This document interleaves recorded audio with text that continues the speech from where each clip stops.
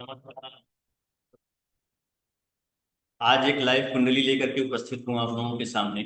Mail chart है। स्थानांतरण और प्रमोशन से संबंधित चार्ट है। विषय आज का यही है, स्थानांतरण और प्रमोशन जॉब में। जातक भारत में जन्मा है और इसके पहले अभी जुलाई तक, हाँ, जुलाई तक ये स्वीडन में जॉब कर रहे थे। उनके सामने दो ऑफर आए, दो अच्छे ऑफर आए। एक ऑफर था भारत से, पुणे से, और दूसरा ऑफर था स्विट्जरलैंड से। स्विट्जरलैंड वाला कंफर्म नहीं हो रहा था, इसलिए ये जॉब छोड़ करके, पुणे का कंफर्म था तो जॉब छोड़ करके ये भारत आ गए घर पे अपने। और इन्होंने सोचा कि पुणे वाला ही ज्वाइन कर लूंगा। लेकिन पुणे वाला ज्वाइन करने के पहले स्विट्जरलैंड वाला कंफर्म हो गया और वहाँ का पैकेज बहुत ही अच्छा था। इस वजह से जातक ने पुणे वाला जॉब ज्वाइन नहीं किया और स्विट्जरलैंड वाला डन कर दिया। लेकिन स्विट्जरलैंड वाला डन करने के पहले भी बहुत कंफ्यूज थे ये जातक। और मेरे पास कई बार इनका फोन आया, कई बार मुझसे सलाह लिया इन्होंने कि क्या करना चाहिए, कहाँ जाना चाहिए मुझे। मैं भारत तो आ गया हूँ, लेकिन क्या मैं भारत में रहूँ या मैं विदेश वापस जाऊँ। स्वीडन का तो मैंने छोड़ दिया है, लेकिन स्विट्जरलैंड जाना मेरे लिए ठीक रहेगा कि नहीं, वो ये जानना चाहते थे। और उनकी मानसिक स्थिति ऐसी थी कि बहुत अधिक चिंतित थे, व्यर्थ चिंतित थे। उनके सामने विकल्प बहुत अच्छे अच्छे थे, फिर भी वो व्यर्थ में इतना चिंता उनको लगी हुई थी। उसका रीजन क्या था कि इनका मीन राशि का चंद्रमा है और शनि चंद्रमा के ऊपर से ट्रांजिट कर रहे हैं वर्तमान समय में, मीन राशि से। और साढ़े साती तो चल ही रही है, वो भी मध्य की साढ़े साती है। इसके अलावा चंद्रमा की दशा भी इनकी चल रही है।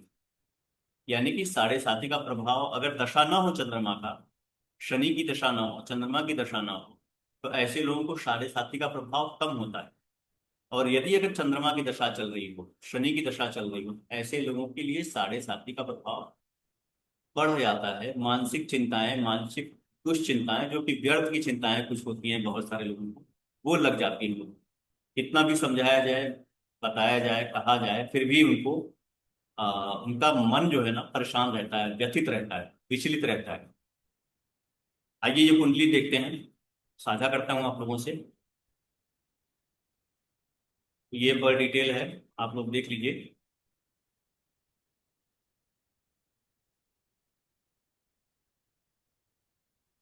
ये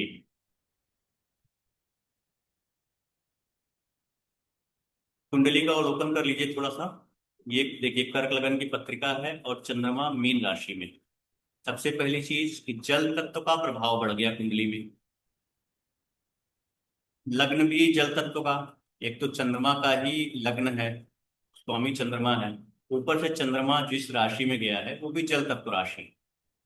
यानी कि जातक के अंदर भावनाएं बहुत अधिक प्रबल होंगी, बहुत अधिक भावुक व्यक्ति होगा, बहुत जल्दी विचलित हो जाने वाला व्यक्ति होगा।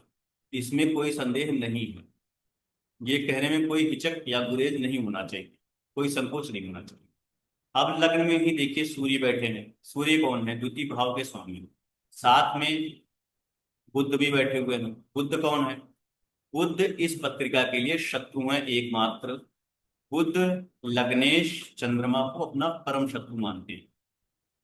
इसीलिए बुध को कर्क लग्न के लिए तीसरे और द्वादश भाव का स्वामित्व दिया गया है। यानी कि ये जो फल करेंगे वो अशुभ फल ही होगा, ये निश्चित है। पाप प्रभाव ही रखेंगे, ये भी निश्चित है। अब बाकी और कुंडली में प्रभाव देख लीजिए। चतुर्थ भाव में केतु बैठे हैं।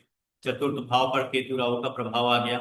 चतुर्थ भाव के स्वामी शुक्र यहाँ बैठे हैं। प्लेसमेंट अच्छी है, कोई बुरी नहीं है।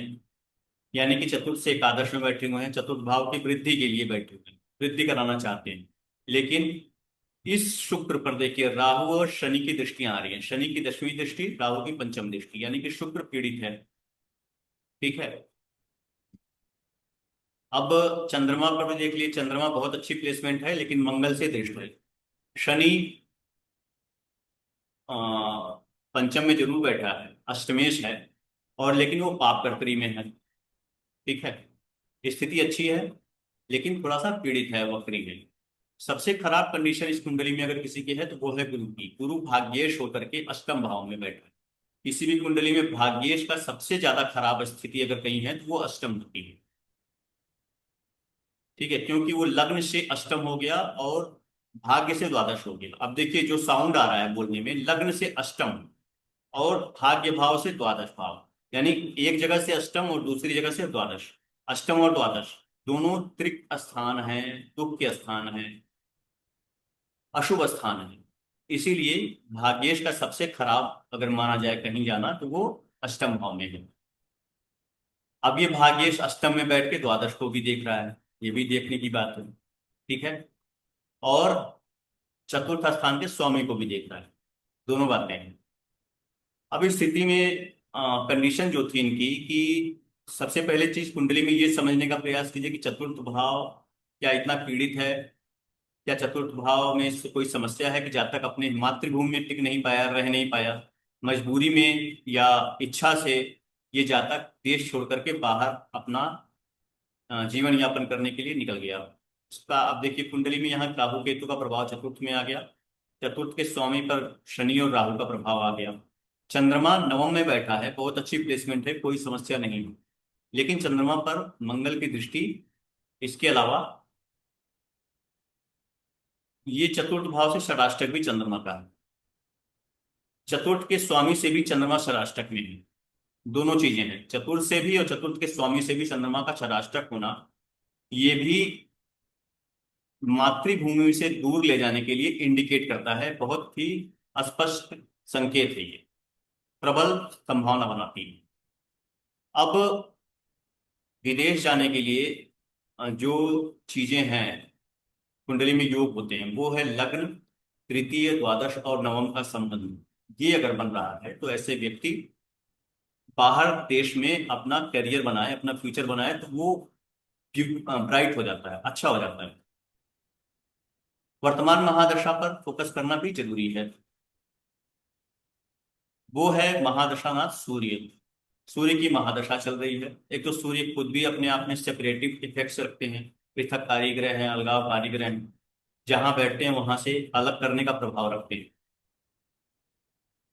युति है इनकी द्वादश भाव के स्वामी के साथ, तृतीय के साथ, तृतीय के स्वामी के साथ। तृतीय स्थान जो होता है चतुर्थ से द्वादश होता है, यानी कि हमें अपने घर से, घर की हानि, चतुर्थ से द्वादश का मतलब घर की हानि, यानी घर से दूर जाने का युग। और द्वादश लग्न से द्वादश, ठीक है, ये चतुर्थ से नवा है, ये विदेश यात्रा का है, यानी कि घर से दूरी और कहाँ की, विदेश यात्रा की। इस तरह की चीजों को हमें, ये कॉम्बिनेशंस को हमें पकड़ना होता है, कुंडली में समझना होता है किस तरह के समीकरण बने हुए हैं। जो समीकरण होते हैं उसी के अनुसार हमें फलादेश करना है। ठीक है, अगर ये भाव पीड़ित नहीं होता, इसका स्वामी पीड़ित नहीं होता, ये चंद्रमा यहाँ से षडाष्टक दोनों से नहीं बना रहा, तो हमें ये सोचने पर मजबूर होना पड़ता कि जातक बाहर नहीं रहेगा, अपने देश में ही अपना कार्य क्षेत्र बनाए, अपना फ्यूचर बनाए तो ज्यादा अच्छा है। अब वर्तमान दशा सूर्य के साथ इस बुध की युति हो गई, ये कंजंक्शन हो गया जो, ये तीसरे और द्वादश के स्वामी का इसके साथ, यानी कि महादशा कहीं ना कहीं प्रेरित कर रही है जातक को अपने मातृभूमि से दूर रहने के लिए, बनाए रखने के लिए दूर, ये महादशा इंडिकेट कर रही है। पहली चीज। अब अंतरदशाओं को भी देखना जरूरी है कि अंतरदशाएं क्या है। एक तो सूर्य के साथ है ही, सूर्य की अंतरदशा खत्म हुई, चंद्रमा आ गया।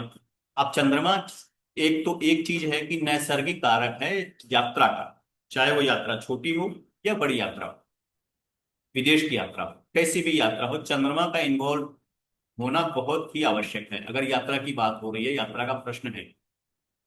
क्यों? क्योंकि चंद्रमा जो है ना, तीव्रगामी ग्रह है। सभी नवग्रहों में सबसे तीव्रगामी ग्रह चंद्रमा ही है। अब एक चीज और देखने की जरूरत है कुंडली में कि हमें कभी भी काल पुरुष की कुंडली को भूलना नहीं है, हमेशा याद रखना है। किसी भी कुंडली को हम देख रहे हो तात्कालिक रूप से, किसी की भी जन्म कुंडली देख रहे हो, लेकिन काल पुरुष की पत्रिका हमारे दिमाग में हमेशा रहनी चाहिए छपी हुई। काल पुरुष की पत्रिका में ये देखिए कर्क राशि में सूर्य की महादशा है। सूर्य मैंने बताया ना कि अलगावकारी, सेपरेटिव इफेक्ट देने वाला ग्रह है। और यहाँ सूर्य के अलावा द्वादश का स्वामी भी कर्क राशि में बैठा हुआ है। कर्क राशि हमारी कालपुरुष की पत्रिका में चतुर्थ भाव की राशि है, यानी कि हमारे घर की राशि है। यानी ये दोनों ग्रह यहाँ बैठ करके हमें घर से अलग करने के लिए कहीं न कहीं मजबूर कर रहे हैं।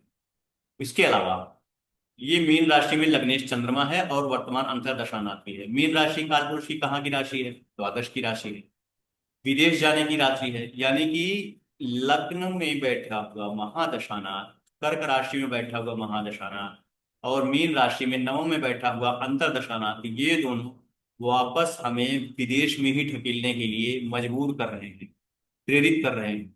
ये हमें अपने देश में रहने के लिए मजबूर नहीं कर रहे हैं या प्रेरित नहीं कर रहे हैं। इस तरह की परिस्थितियां ये क्रिएट कर रहे हैं कि जब तक विदेश ही चला जाए, देश में ना रहे।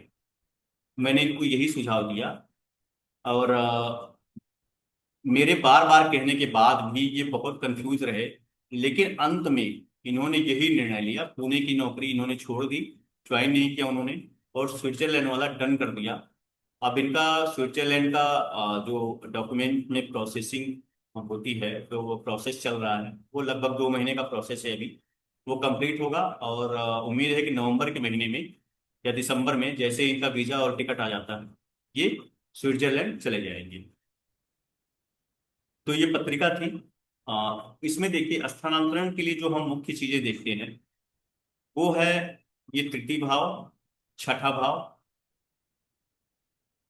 आठवां भाव और एकादश भाव, ये मैं पहले बता चुका हूँ। और विदेश यात्रा से संबंधित जो चीजें होती हैं उसके लिए जो समीकरण बनने होते हैं, जो देखे जाने चाहिए। लग्न का संबंध तीसरे, नवें और 12वें से हो तो विदेश यात्रा की बात हो जाती है। इसमें एक चीज और महत्वपूर्ण है, मैंने अभी शुरू में ही बताया कि चतुर्थ भाव पीड़ित होना चाहिए। अगर चतुर्थ भाव पीड़ित नहीं है, शुभ प्रभाव में है, तो व्यक्ति बाहर जा ही नहीं पाएगा, उसका मन ही नहीं लगेगा बाहर, वो बाहर से फिर घर की तरफ खींचा हुआ आएगा। अभी देखिए चंद्रमा की अंतर्दशा थी, जहाँ तक अब वहीं जो अब ऐसी भी तो चीजें हो सकती थी कि स्वीडन में रहते हुए ही इसको स्विट्जरलैंड का ऑफर आ जाता, और बाहर बाहर ही स्वीडन से ही वो स्विट्जरलैंड निकल जाता, बाहर भारत नहीं आता। लेकिन चंद्रमा की दशा आई, सूर्य की दशा आई कर्क राशि की, और चंद्रमा की दशा आई, जातक को भारत लेके आया है। पहले ये भारत आया, पुणे की जॉब ज्वाइन करने के लिए डिसाइड किया, लेकिन इन ग्रहों का प्रभाव ऐसा था, पुणे की नौकरी छोड़ करके इसको स्विट्जरलैंड जाने के लिए डन करना पड़ा। तो ये प्रभाव सिर्फ और सिर्फ यही है, मीन राशि, चंद्रमा सूर्य के साथ इसका कंजंक्शन, द्वादश और तृतीय के भाव स्वामियों का, और चतुर्थ भाव के स्वामी का पीड़ित होना, ये महत्वपूर्ण बिंदु हैं जातक के देश में न रहने के और स्थानांतरण। तो कैसी लगी ये कुंडली बताइएगा। आपके कोई प्रश्न सुझाव हो तो लिखिए। मैं मेरा उद्देश्य यही रहता है कि तथ्यात्मक बातें रखूं, तार्किक बातें रखूं, यथार्थ जो हो, जो एकदम बिल्कुल यथार्थ चीजें हों वही आपके सामने रखूं। कोई हवा हवाई कोरी कल्पना जैसी चीजें ना मैं पसंद करता हूँ ना रखता हूँ, ताकि जो सीखना चाहते हैं, कुंडली को मुझसे जुड़ रहे हैं, वो लोग ठोस चीजें ही ग्रहण करें। ऐसी कोई चीज उनके अंदर ना जाए, कोई विषय कोई बिंदु ऐसा ना जाए जिससे बाद में उनको ये लगे कि मैंने जो बोला वो गलत है, ठीक नहीं है, या वो पत्रिकाओं में ये सिद्धांत ये सूत्र लग नहीं रहे। चलिए, मैं फिर मिलता हूँ आप लोगों से अगले वीडियो में एक नए विषय, नई कुंडली के साथ। धैर्यपूर्वक ये वीडियो देखने के लिए आप लोगों का बहुत बहुत धन्यवाद। कोई क्वेरी हो, कोई सुझाव हो तो आप लिखिए, बेझिझक लिखिए। वीडियो पसंद आया तो लाइक करेंगे तो मुझे थोड़ी सी प्रोत्साहन मिलेगा मुझे। आपके कमेंट से भी मुझे बहुत प्रोत्साहन मिलता है।